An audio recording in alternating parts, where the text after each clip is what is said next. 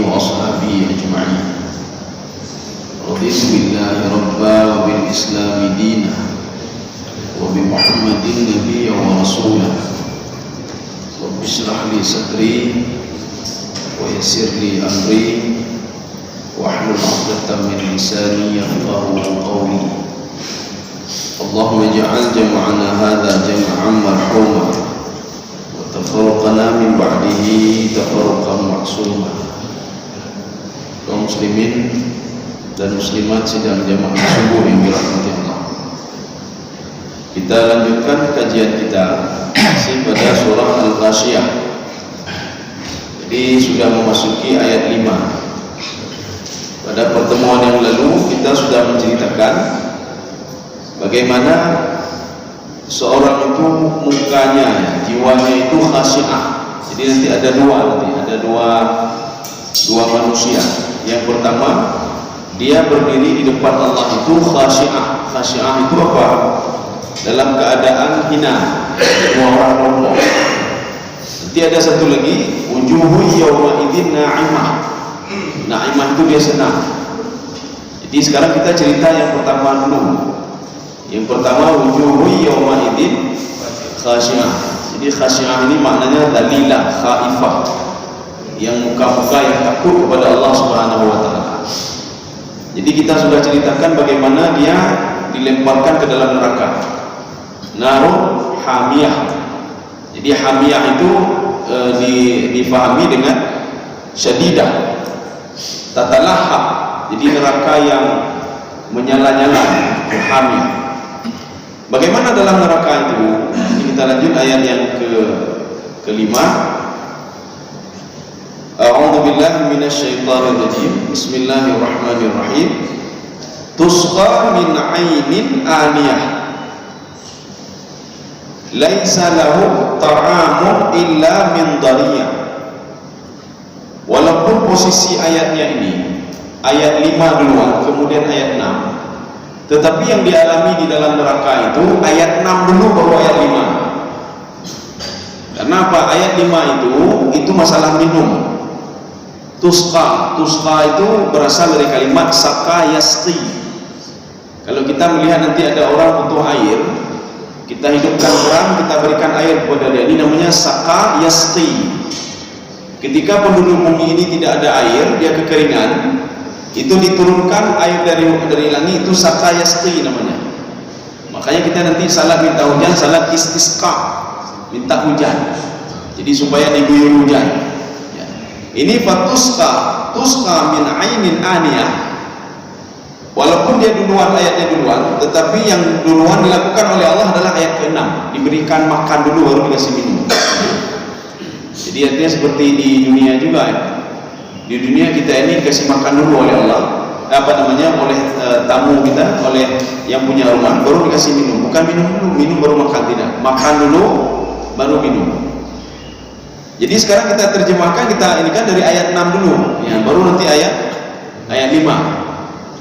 Jadi tafsirannya, laisa lahu, kita baca ayat 6 dulu.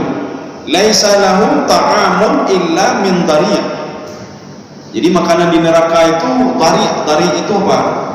Ini walaupun ini jumlah hasar jangan kita pikir dari saja, tidak. Makanan di situ ada 3. Ada dari, ada zakum, tinggal pilih saja nanti. Satu lagi khislin, ya, khislin. Dari itu makanan yang berduri. Kalau di dalam tafsir Jalalain begini, makanan itu tidak dimakan lagi oleh binatang lain. Kenapa? Karena bisa, kalau di dunia ada makanan itu tidak dimakan oleh binatang.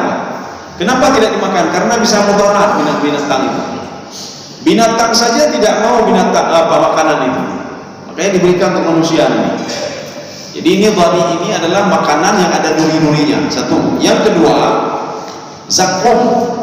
Zakum itu sebuah makanan ka'annahu ru'usus syayatin. Makanan itu seperti kepala setan. Kita aja belum pernah lihat setan lagi. Ini udah makan makanan seperti kepala setan lagi. 2. Yang ketiga, khislin. Khislin itu apa?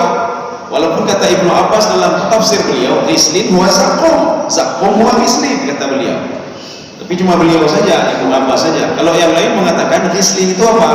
Ghislin itu adalah nanah yang keluar dari kulit. Ya.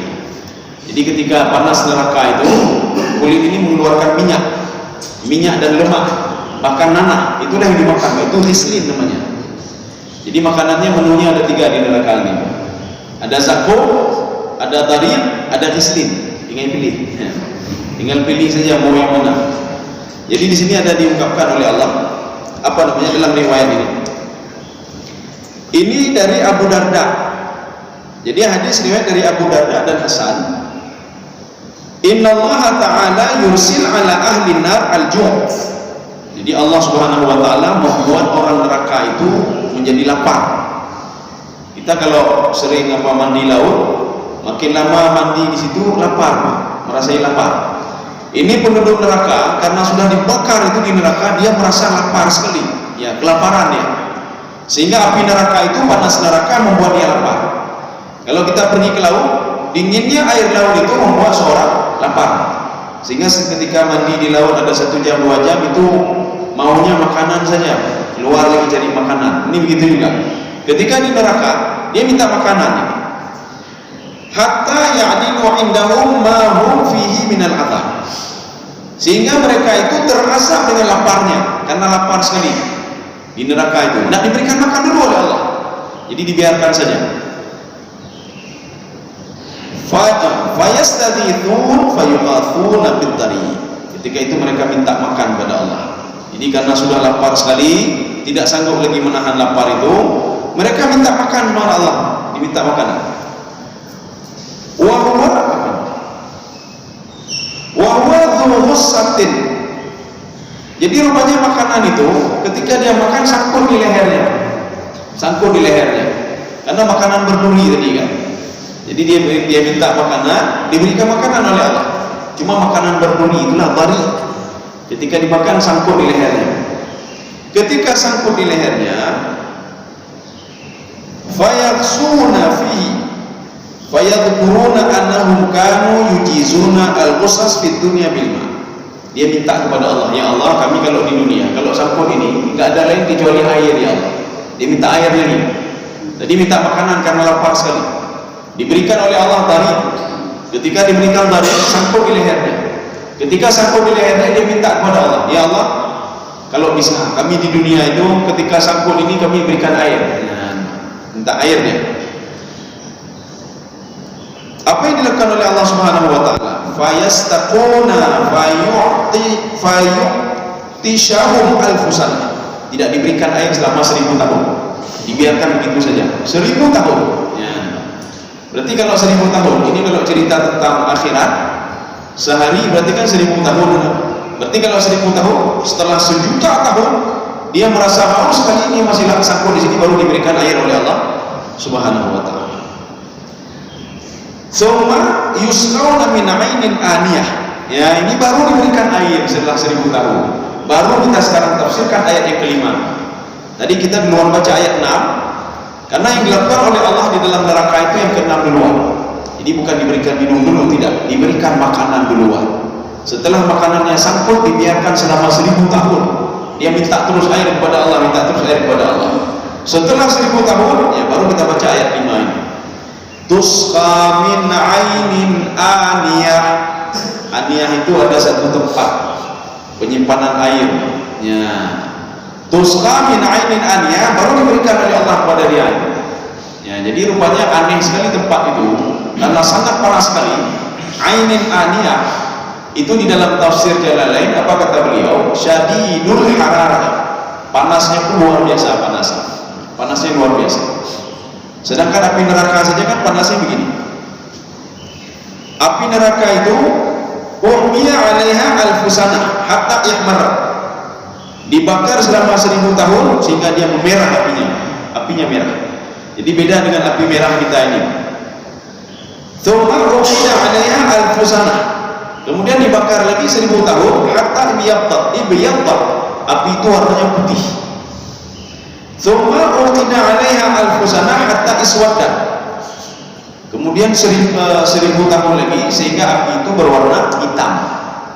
Makanya neraka itu di dalam tafsir Al-Baghawi, apa kata beliau? An-naru sauda. Neraka itu, api neraka hitam. Neraka itu juga hitam. Yang diinjak itu hitam, semuanya hitam. Ya, bayangkan saja kalau semuanya hitam, aku hitam. Kemudian yang dimakan juga hitam, orang-orang yang dibakar juga hitam. Ya. Jadi kalau kita mati lampu PLN, makanya ini hitam semua, kita cek rumah kita, semua hitam. Kalau kita yang hitam, kemudian mati lampu lagi. Ya, jadi artinya kita tidak tahu mau lari ke mana. Inilah kondisi neraka. Semuanya hitam. Kenapa? Karena apinya juga hitam. Api neraka itu hitam. Itu hitam itu sudah 3000 tahun. 3000 tahun dipanaskan sehingga menjadi warnanya hitam.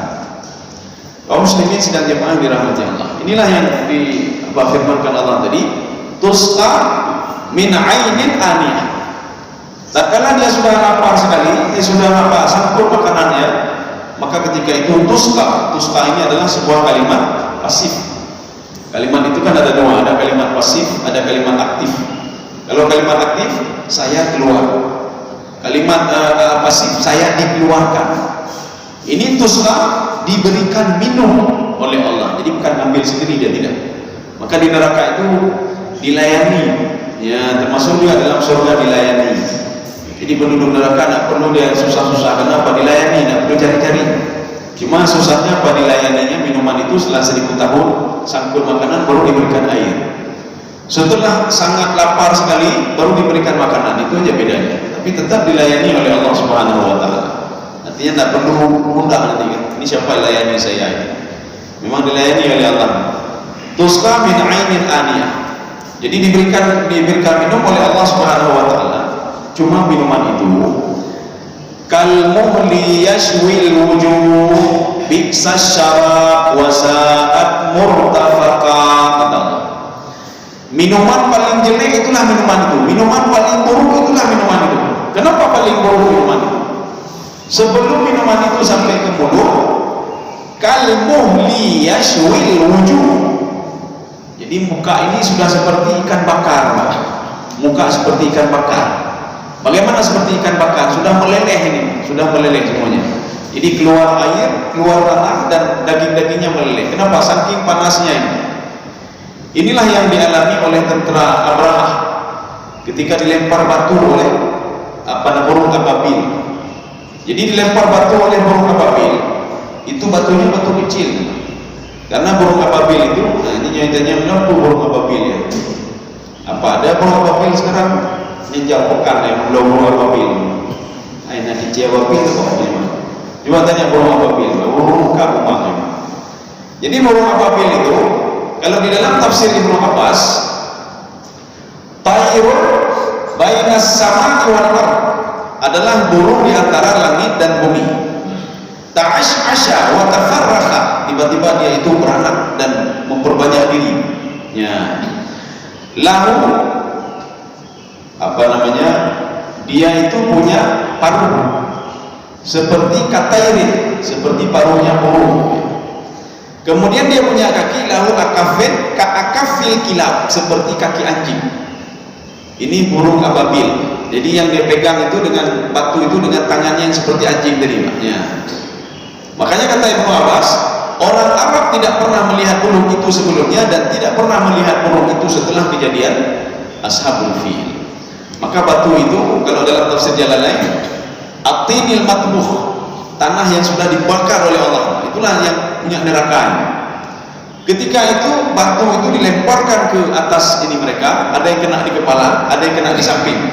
Yang kena di samping saking panasnya batu itu dia meleleh. Ya. Makanya batu itu di dalam sejarah dunia itu 2 kali diturunkan oleh Allah, batu neraka itu. Yang pertama untuk kaum Lut, kaum Nabi Lut, yang kedua untuk ashabul fil. Sehingga yang ketiga diminta lagi oleh Haris. Ada seorang yang menentang Rasulullah SAW, itu namanya Haris. Apa kata Haris ini? Wahai Muhammad, kalau seandainya Allahumma ikana hadha huwal haqqu min indillahi fa amtir alaina hijaratan minas sama. Dia minta diturunkan batu yang ketiga. Jadi ada seorang mendatangi Rasulullah, ya Rasulullah, ya Muhammad, kalau ini benar, puasa ini betul dari kamu yang puasa ini dari Allah, kemudian salat itu dari Allah, semua dari Allah, coba turunkan azab dari langit. Ya, artinya dia tidak yakin sama dakwah Nabi Muhammad SAW. Ketika itu dia berpaling ada berapa langkah, bukan batu diturunkan oleh Allah, tapi petir. Kemudian dia langsung meninggal dunia. Kaum muslimin sedang jamaah dirahmati Allah. Memang doanya itu bagus, bukan bagus. Artinya pertama didahului dengan Allahumma. Maka betala-tala itu. Jangan mentang-mentang Allahumma ya cek doanya. Oh, ini bagus doa ini dalam surah Al-Anfal. Itu surah Al-Anfal. Maka perlu kita garis bawahi ini doa yang benar ini. Maka jangan semua doa Allahumma itu bagus. Ini doa Allahumma in kana huwa haqqun min 'indik fa'tir 'alaina betul badai dari langit. Turunkan batu dari langit. Tiap hari kita minta malaikat memakci jemput betul tiga. Kita turunkan sekali saja. Maka mungkin banyak orang kena petir gara-gara itu. Kita agak amalkan doanya. Ya, amalkan doanya, doa Haris. Kaum muslimin sedang jamaah dirahmati Allah. Haris bin Natal. Ya, kita lanjut.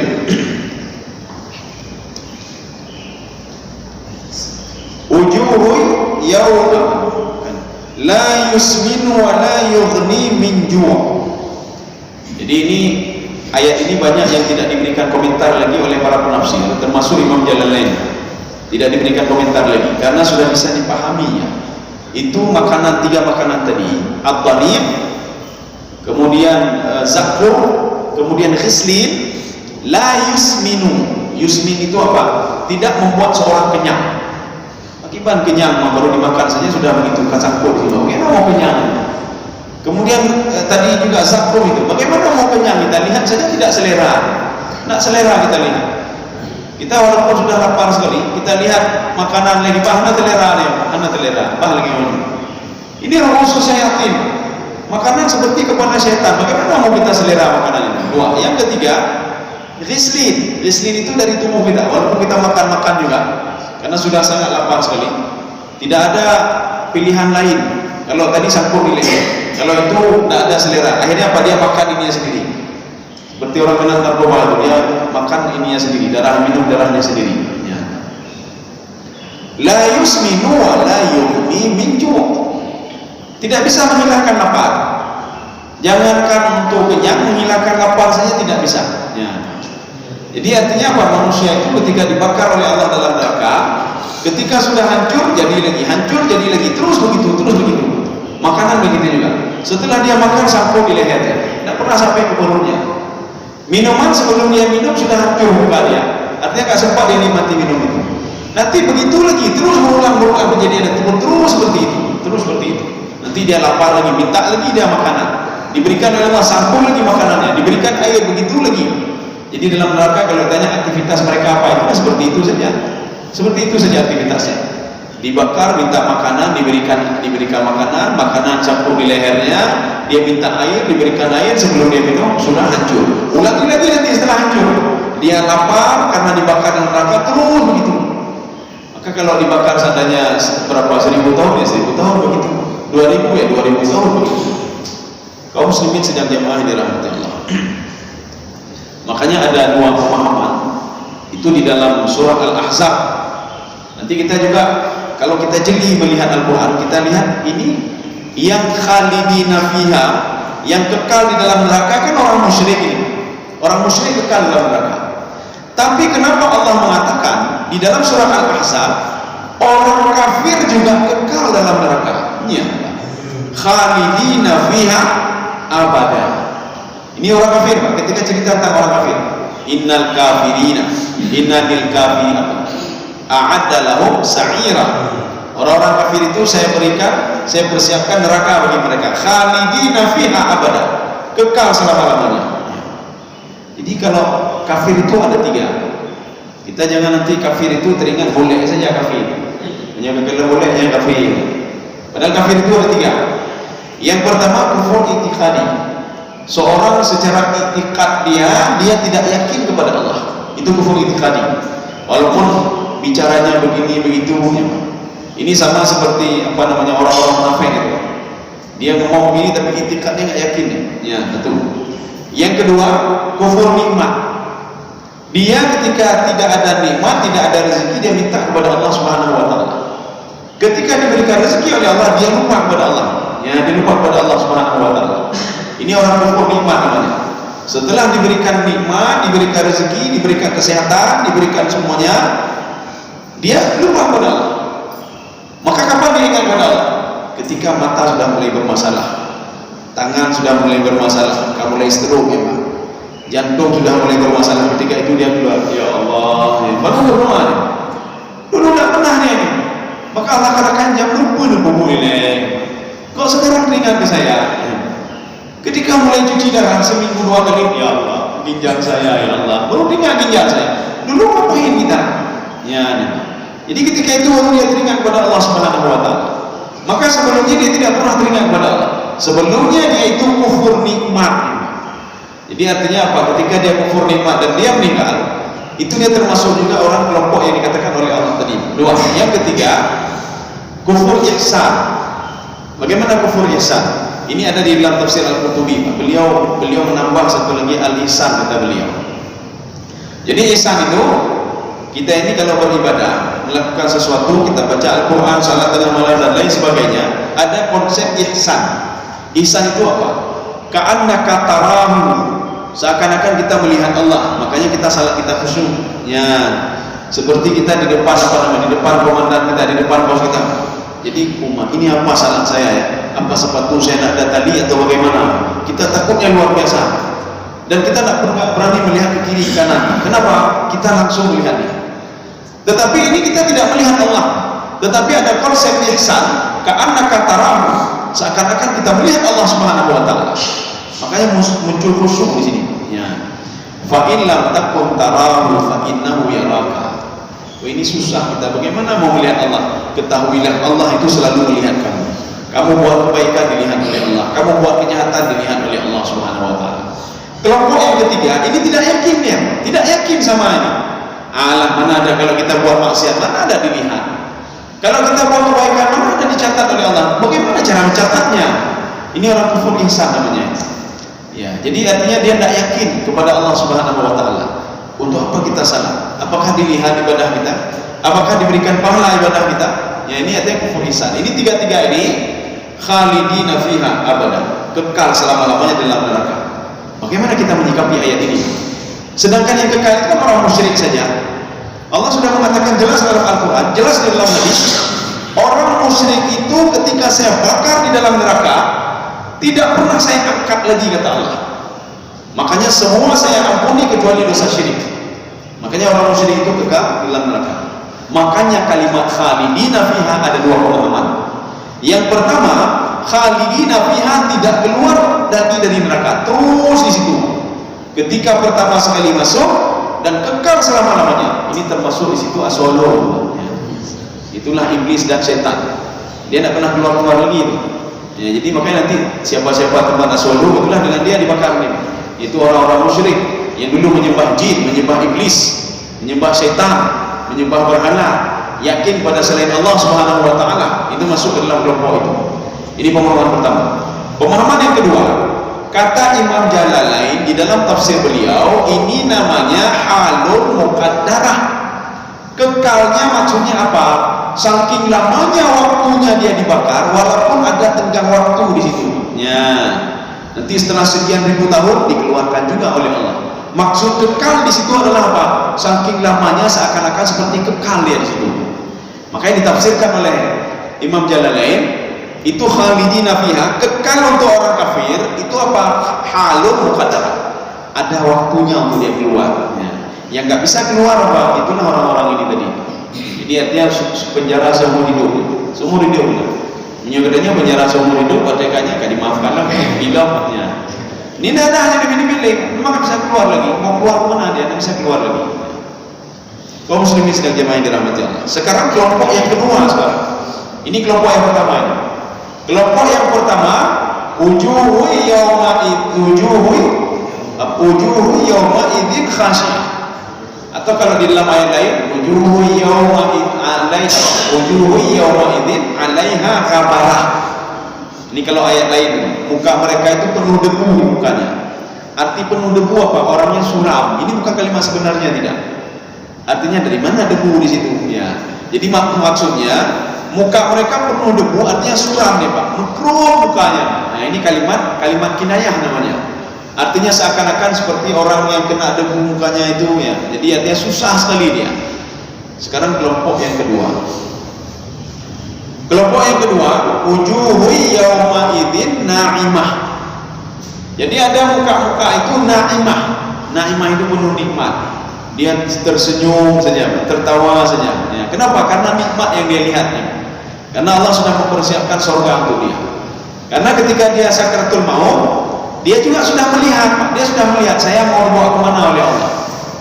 Jadi disambut sedemikian rupa, senangnya dia luar biasa. Ya, artinya dia terus bercita-cita ini kapan nanti padang mahsyar, kapan nanti surga, kapan ini. Ya, dia itu yang dia inginkan. Ini na'imah namanya. Kita sudah pernah cerita ayat ini dengan ayat yang di atas tadi, wujuhu yauma idzin khasyi'ah. Jadi bukan mukanya saja tidak, tapi seluruh tubuhnya. Ini di dalam kajian ilmu balaghah, di dalam kajian tafsir Ibnu Asyur, ini namanya majaz mursal alaqah juz'iyah. Menyebutkan sebahagian muka, padahal yang dimaksudkan oleh Allah semuanya. Jadi arti wujuhu yauma idzin na'imah, bukan mukanya saja tidak. Tangannya senang, mukanya senang, hatinya senang, kakinya senang, perutnya senang, kepala senang, semua senang. Kenapa? Karena dia sebentar lagi akan dimasukkan ke dalam surga oleh Allah. Makanya disebutkan kepala di situ. Kepala itu mewakili yang lain, ya, mewakili yang lain. Ya, seperti mewakili yang kita bilang kemarin pertemuan yang lalu. Ai boleh main dua bola, cok juga. Ada cok api bapak dari cok. Jadi artinya dia itu mewakili, Pak. Dua boleh main itu mewakili yang lain. Ya. Bawa pelang dua bola, ya. Kalau sudah diminta dua buah itu ada pengertian banyak. Bisa saja dua penghuni, Pak. Ya. Artinya dua buah itu mewakili. Naik dua buah itu cok juga boleh main. Cok juga bawa pelang dua buah. Dia bawa pelang dua penghuni dia bawa pelang. Ya. Kaum muslimin sedang jemaah yang dirahmati Allah. Kita gambarkan sedikit tentang surga di sini. Jadi sebelumnya kenapa dia senang? Ya. Lisa'iha radiyah. Ini lam ini. Nah, makanya kita tidak boleh nanti ilmu nahwu itu kita cocok-cocokkan dengan Al-Quran. Tidak boleh. Tetapi Imam Ibnu Asyur, beliau mencocok-cocokkan itu dengan ini. Makanya kadang-kadang tafsir Ibnu Asyur sebagian kadang-kadang hanya demo lawan. Sebagian karena beliau tetap menggunakan ilmu nahwu, ilmu saraf, ilmu balaghah. Tapi kadang-kadang perlu juga kita kembali kepada beliau. Tapi kadang-kadang nggak kembali juga kepada beliau. Kenapa? Lam itu maknanya bukan untuk, tetapi lam itu maknanya bi, bukan li itu maknanya. Walaupun kita baca lam lisa'iha radiyah, itu maknanya apa? Bisa'iha radiyah. Ba ini apa maksudnya? Ba iltisaq. Kenapa dia bahagia sekali ketika di padang mahsyar itu? Ba iltisaq. Karena dulu dia ketika di dunia dia salat, dia patuh kepada Allah, dia bersedekah, dia berbuat kebaikan, dia tidak mencuri, tidak ngambil punya orang lain, tidak dengki ke orang lain, tidak ngomongin orang lain, tidak lihat maksiat. Ini maksud ba sini. Bisa'iha radiyah. Radiyah itu apa? Kalau radiyah mungkin di dalam terjemahan itu diterjemahkan dia ridha. Ridha apanya ini ridha? Jadi bukan ridha yang kita inginkan, tidak. Ridha itu kan biasanya kan terakhir. Sabar. Puncak terakhir itu ridha. Maka seorang itu kalau ingin ridha salat jamaah harus datang ke masjid itu sabar dulu selama 40 hari, sabar.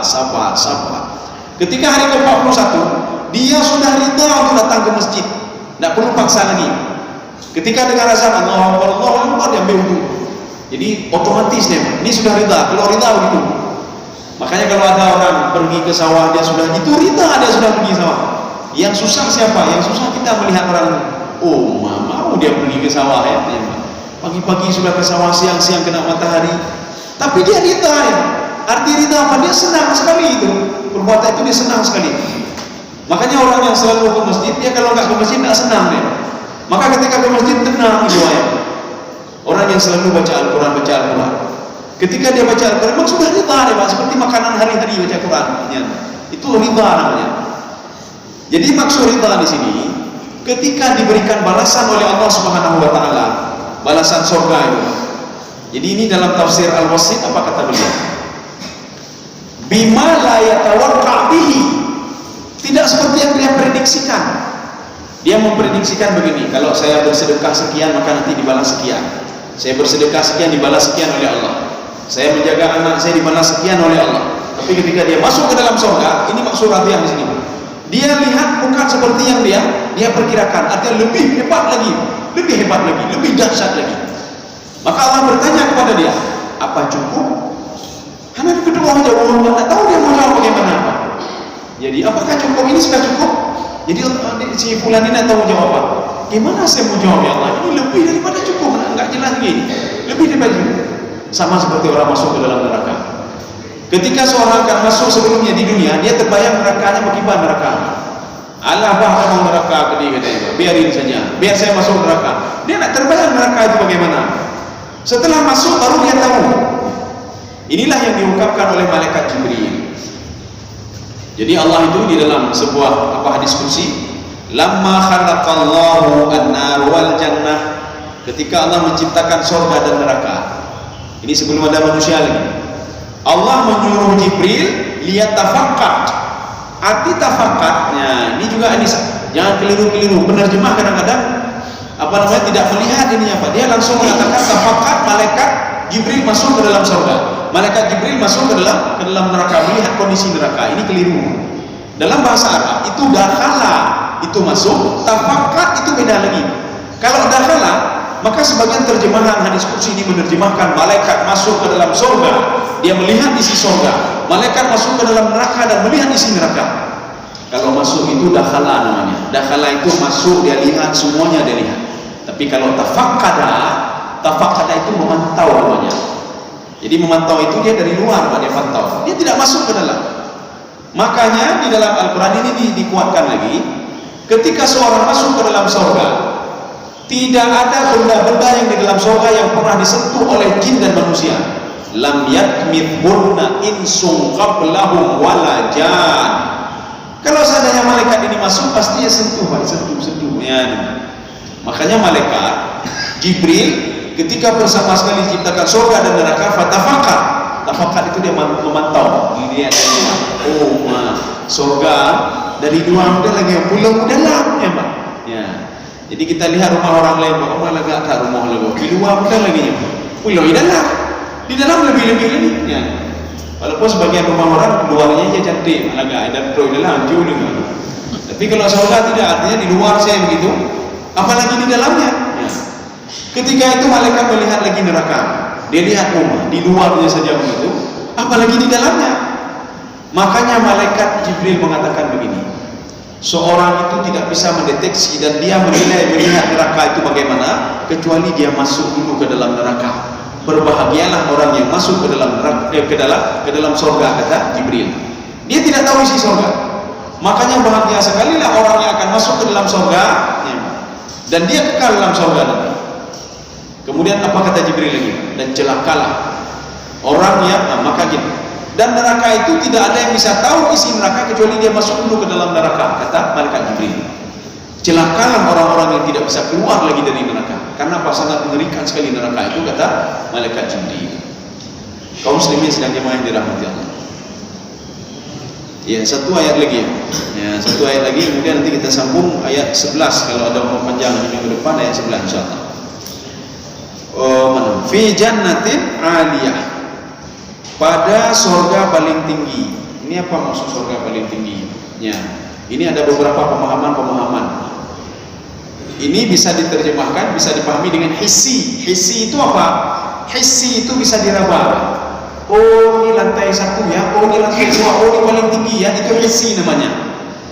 Kita seperti sakit luka, oh ini sakitnya di sini, itu hissi namanya. Satu lagi maknawi itu nak nampak. Makanya ini dipahami dengan dua pemahaman. Fi jannatin aliyah, surga itu tinggi. Pemahaman yang pertama, memang surga itu tinggi. Ya. Pemahaman yang kedua, maknawi. Jadi hissi dan maknawi. Maknawi bagaimana? Surga itu mulia. Ya, jadi orang mulia biasanya kan diwangi. Ya.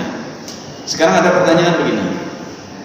Surga itu letaknya di mana? Apakah berdampingan dengan neraka? Ataukah surga di atas, neraka di bawah? Atau neraka di atas, surga di bawah? Ya, bagaimana? Ini ada dua pemahaman. Pemahaman yang pertama, surga dan neraka berdampingan. Ya.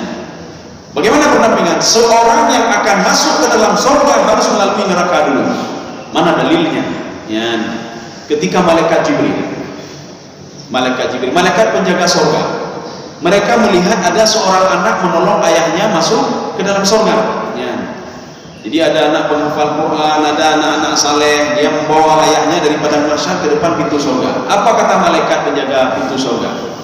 Apakah kamu sudah melalui sirat? Hal jistas sirat? Apa dijawab oleh anak ini? Saya tidak tahu sirat itu di mana. Nak tahu saya sirat itu di mana. Dan saya tidak tahu apa-apa. Yang jelas anak saya sudah membawa saya kemari. Kata anaknya, saya sudah dapat izin dari Allah Subhanahu Wa Taala. Ini bukti seorang kalau ingin masuk ke dalam surga harus melalui neraka dulu. Ya, harus melalui neraka dulu. Ya. Sekarang yang pendapat yang kedua. Ini berarti surga itu neraka berdampingan. Pendapat yang kedua, surga itu di atas, neraka itu di bawah. Kalau surga itu lantainya terus ke atas, neraka itu lantainya terus ke bawah. Jadi kalau dikatakan lantai 1 ini, lantai 2 ke bawah, lantai 3 ke bawah. Kalau surga lantai 1, lantai ini ke bawah paling atas, Firdaus. Mana dalilnya? Kalau surga itu di atas, neraka di bawah. Pada suatu hari, penduduk neraka saking hausnya dia kan minta air sama Allah, tidak dikasih sama Allah. Setelah 1000 tahun baru dikasih. Rupanya dia sempat-sempatnya minta kepada penduduk surga. Apa kata dia? Tolong turunkan sedikit saja, setetes saja air dari surga. Ya, sedikit saja. Ini kamu kemana? Kamu kemana? Bayangkan saja kita habis makan nasi, tidak ada air, tidak ada air. Ya. Atau sangkut makanan di sini tidak ada air. Apa yang kita lakukan? Apapun mau kita lakukan kalau demikian. Jadi makanya dia minta sama penduduk surga, tolong tuangkan air sedikit saja. Dijawab oleh penduduk surga, Allah mengharamkan kami untuk memberikan ini kepada kalian. Ya. Jadi ulama memahami, ulama tafsir, tolong turunkan air. Kata-kata turunkan apa? Artinya surga di atas. Ya. Tolong turunkan air sebentar dari atas. Jadi artinya apa? Tuangkan air dari atas ke bawah. Ini menunjukkan dalilnya kalau surga itu di atas, neraka di bawah. Kalau ditanya mana yang benar nih, dua-dua benar ini. Ya, pemahaman ini mah pemahaman. Nanti kita akan tahu nanti. Patentro dalam surga ada neraka baru tentu. Oh, begini, neraka baru tentu. Ya, kita baru tahu nanti. Jadi artinya ini sebagai ilmu yakin saja, ilmu saja. Oh, nanti surga ada dua begini. Kepastiannya untuk ini. Ya, ketika masuk dalam surga, oh bino lagi surga. Nerakanya 4 ya baru. Ya. Yang jelas ini ada ilmu sama kita. Ini surga begini berdampingan dan surga itu di atas. Tetapi uniknya, ulama-ulama tafsir itu tidak pernah imdawah, tidak pernah ribut satu sama lainnya. Tidak pernah dia menyalahkan kamu salah kamu. Mana ada surga berdampingan? Ini termasuk Imam Sya'rawi. Ya, beliau mengatakan surga berdampingan. Tidak pernah mereka menyalahkan Imam Sya'rawi. Imam Sya'rawi kamu salah, tidak pernah. Imam Sya'rawi tidak pernah menyalahkan imam yang lain, tidak pernah. Kenapa? Keilmuan mereka dan akhlak mereka yang banyak. Artinya apa? Mereka orang ilmuwan yang berakhlak. Karena ada juga ilmuwan yang tidak punya akhlak. Ya, anak punya akhlak. Mereka ilmuwan yang punya akhlak. Dan mereka menjunjung tinggi ilmu. Artinya apa? Ilmu itu dia hormati. Ya, saya hormati. Ya. Karena orang minta ilmu ya ke dia cari ilmu itu lama sekali dia cari ilmu. Imam Syafi'i cari ilmu lama sekali dia cari ilmu. Imam Maliki cari ilmu lama sekali cari ilmu. Makanya Imam Syafi'i menghormati sekali gurunya Imam Maliki. Kenapa? Ilmu Imam Maliki dia hormati sekali. Imam Maliki juga menghormati guru muridnya Imam Syafi'i. Ilmunya yang luar biasa. Tidak pernah mereka menyalahkan satu sama lainnya. Kenapa? Karena mereka orang berilmu yang berakhlak. Kayak nanti kalau ada orang fonis ini, itu berarti orang punya ilmu tapi tidak punya akhlak. Ilmu kita akui ilmu dia tapi tidak punya akhlak. Kaum muslimin sedang jemaah dirahmati Allah. Saya rasa cukup sekian saja. Mungkin ada yang perlu kita dialogkan, kami persilahkan. Jadi nanti insyaallah pertemuan selanjutnya la tasma'u fiha laghiyah. Ada pertanyaan?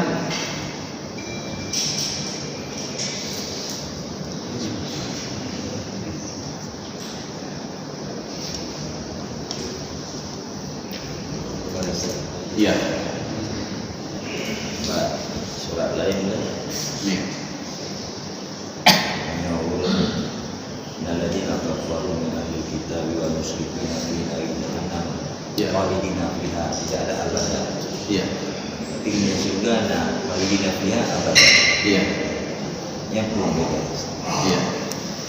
Jadi begini.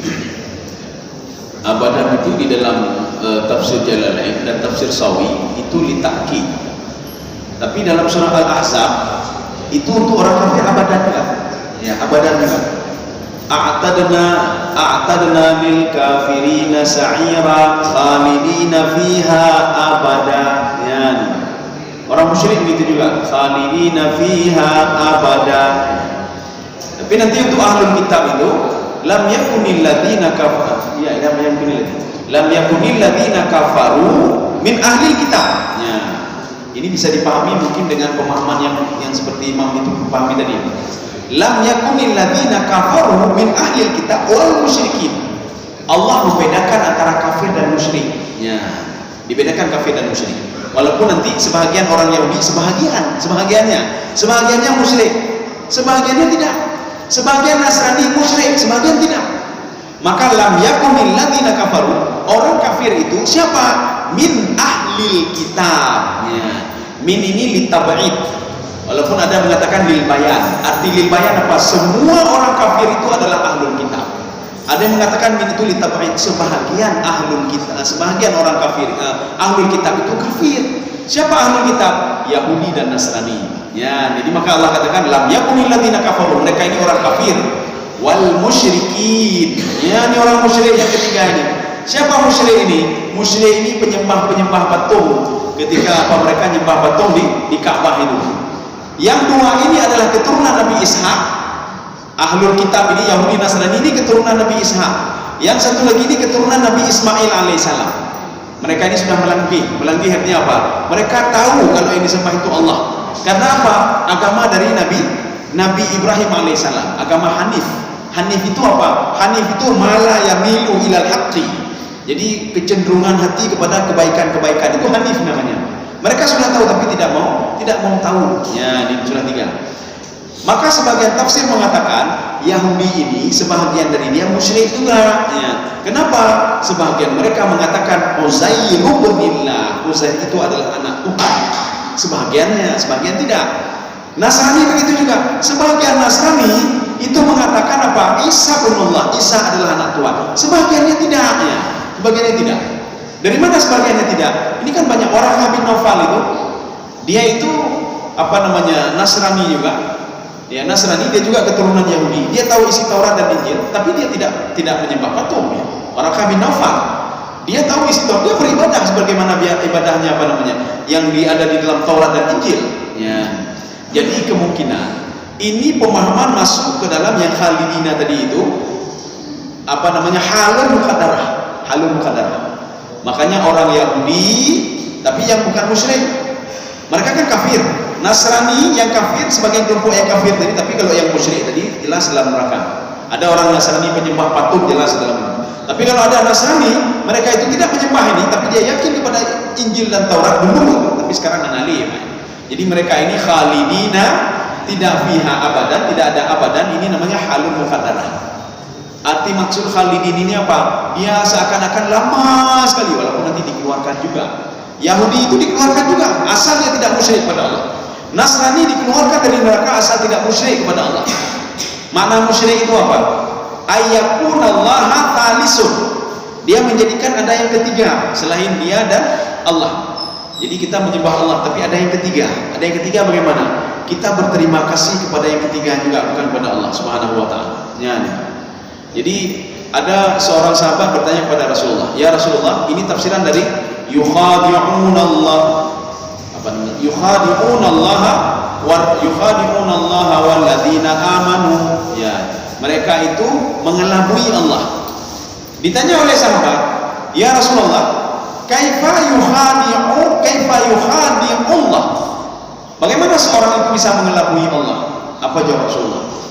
Seseorang itu dia taat kepada perintah Allah. Ya, dia taat kepada perintah Allah, dia tinggalkan yang dilarang oleh Allah. Tetapi kekurangan dia apa? Wa yatlub ila ghairahu. Dia minta sesuatu bukan kepada Allah. Ya. Dia patuh pada perintah Allah, dia salat, dia bayar zakat, dia baca Al-Qur'an. Tetapi yang kurangnya dia apa kata Rasulullah? Wa yatlub ila ghairihi. Dia minta sama orang lain. Dia ibadah tapi mintanya sama orang lain, bukan minta kepada Allah Subhanahu wa taala. Apa salahnya kita ambil untuk kalau ada masalah minta kepada Allah, ya Allah, ini problem saya masalah rezeki ya Allah. Problem masalah kerja saya ya Allah. Problem masalah dengan saya dengan manusia, tolong selesaikan ya Allah. Ini problem dengan hutang ya Allah. Problem dengan ini. Kita lapor kepada Allah. Ini melapornya ke manusia. Aduh, ini tolong, ini nyomonya hanan dulu susah dah dulu. Ya, kita minta tolong sama orang lain. Ya. Artinya kita minta tolong sama Allah. Nanti kalau kita setelah minta tolong sama Allah, bisa saja rezeki kita itu diberikan melalui orang lain, melalui si fulan. Nah, jadi begitu. Jadi khalidina, ada yang khalidina fiha, tidak ada abadan. Ada yang khalidina fiha abadan. Untuk orang musyrik ada juga abadan. Itu di dalam surah Al-Ahzab ya. Untuk kafir ada juga abadan, tapi abadannya halul muqaddarah. Ada tenggang waktunya. Jadi seakan-akan lama sekali, walaupun itu dikeluarkan juga. Ini namanya khalidina fiha abadan juga. Dua pemahaman. Ada yang lain? Masjid tambahan. Oh ya. Yang untuk ilustrasi ya. Ada seseorang bekerja di hutan. Iya. Di hutan itu banyak binatang buas. Iya. Kita pergi kepada seorang ulama, minta satu ajimat. Iya. Tapi ajimatnya kayak apa dia tak tahu, dia yakin. Iya. Masuk hutan dia berani. Keberanian itu sebabkan ada ajimat. Satu lagi tentara, ditugaskan hutan. Dia juga tak berani, pergi komandannya minta senjata. Dia berani. Satu berani karena senjata, satu berani karena ajimat. Bagaimana? Nih, tidak. Oh iya. Jadi makanya sebenarnya itulah kita karena percaya kepada sesuatu itu. Cuma kita percaya kepada Allah. Yang kita pegang Allah. Ini sama seperti Nabi Musa alaihissalam. Nabi Musa yang ada tongkat saja. Ketika ditanya oleh Allah, "Ma fi yaminika ya Musa?" Itu apa itu di tangan kananmu ya Musa? Qala hiya asaya atawakkau 'alaiha wa ahushu biha 'ala ghanami wa liya fiha ma'arib ukhra. Ini tongkat biasa nih Allah, tongkat biasa ini. Saya menghalau kambing saya dan saya menggunakan seperti ini. Nabi Musa tahu kalau seandainya Fir'aun tidak bisa dikalahkan dengan tongkat itu, tidak bisa dikalahkan dengan tongkat itu. Ya. Tahu dia, walaupun tongkat itu sudah menjadi ular, Nabi Musa ketika menghadapi penyihir-penyihir Fir'aun, dia lupa tongkat itu bisa berubah menjadi ular. Artinya apa? Keyakinan Nabi Musa ketika menghadap Fir'aun bukan di tongkat itu, bukan di tongkat. Ya, di mana keyakinannya? Maka Allah mengatakan begini, la takhafa. Kalian jangan takut. Saya mendengar apa yang kalian dengar. Asma'u wa ara. Saya mendengar dan saya melihat. Sekarang begini saja, senjata kalian kata Allah, wala taniya fi dzikri. Kalian terus berzikir kepada saya. Makanya senjata inilah yang dibuat keyakinan. Keyakinan Nabi Musa alaihissalam itu tidak takut kepada Fir'aun. Apa? Zikir dia. Zikir terus kepada Allah. Zikir itu macam-macam. Bisa saja astagfirullah, subhanallah, alhamdulillah. Itu saja. Maka Nabi Musa pegang itu saja. Kalau dibandingkan dengan tentara Fir'aun itu, Fir'aun kan begini watak Fir'aun dalam tafsir Sawi. Seorang yang melihat muka Fir'aun akan ditebas lehernya. Yang melihat mukanya. Maka tidak ada satu orang pun Bani Israel, mereka tunduk saya kepalanya. Maka bahkan mereka sampai mati tidak pernah mengenal wajah Fir'aun bagaimana. Cuma kita saja mengenal wajah Fir'aun. Kita lihat di penduduk, oh lehernya kalau Fir'aun yang terkundi itu. Dulu tidak pernah mereka melihat seperti itu. Makanya Nabi Musa waktu kecilnya kan sudah melihat muka Fir'aun. Dia tahu beringasnya Fir'aun itu. Artinya apa? Dia keyakinan sama istighfar, astagfirullah, la ilaha illallah, subhanallah. Dia yakin betul Allah menolong dia. Makanya kata Allah, Fir'aun tidak berani menebas leher Nabi Musa. Jangankan menebas, menyentuh saja tidak berani. Gara-gara apa? Nabi Musa yakin sekali kepada Allah. Jadi makanya kita yakin juga. Inilah tawakal namanya. Kita ketika keluar dari rumah, jadi makanya kita jangan kepada lain Pak, tidak. Kadang-kadang orang, ya gara-gara jimatnya, kami jimatnya Paknya. Jadi jimatnya atau apa saja. Tapi kita lebih dari dahsyat dari jimat itu lagi Pak, Allah Subhanahu wa taala. Maka inilah fungsi tawakal. Kita keluar dari rumah, bismillah, tawakkaltu 'ala Allah, la haula wala quwwata illa billahil 'aliyyil 'azhim. Dan jangan subhanallah, Pak lampu merah sambil Anda duduk kan, daripada Anda ke subhanallah, alhamdulillah, wallahi. Ini menimbulkan kita apa? Keyakinan yang luar biasa dan kita jemur dan bubuk. Kita bekerja juga ini dan kita tidak takut apa-apa. Ya dengan seperti ini. Jadi artinya gara-gara jimat itu adalah kayak bagaimana ini selunjuk jimat dia boleh. Supaya berani loh dia. Tolong juga senjata dia supaya berani. Maka orang berani itu secara ininya nggak berani dia gara-gara ininya, tapi tidak berani ininya. Tapi kalau ini lebih dahsyat lagi. Ini hati ini kita yakin kepada Allah itu lebih dahsyat lagi dari benda apapun. Ya. Makanya Rasulullah tidak pernah takut ketika digertak oleh Abu Sufyan. Ketika mereka itu sudah kalah di perang Uhud. Jadi waktu Rasulullah kalah di perang Uhud, Rasulullah kan kena batu. Ada kena luka-luka Rasulullah ketika perang Uhud. Sahabat-sahabat yang lain begitu juga. Sehingga mereka ini, ya Rasulullah bagaimana? Jangan lari, kata Rasulullah. Setelah itu Abu Sufyan, maka dia panggil begini, Aina Muhammad, mana Muhammad, katanya hebat sekali. Mana Abu Bakar, katanya hebat sekali. Mana Tuhan kamu? Kata Abu Sufyan. Berarti hebat lagi Lata, Uzza, Manat yang telah menolong kami, kata Abu Sufyan. Abu Sufyan lupa kalau Rasulullah masih hidup. Dia nggak teringat lagi. Dia pulang sampai ke Mekah. Sampai ke Mekah. Ini sahabat-sahabat ini pulang semua ke Madinah.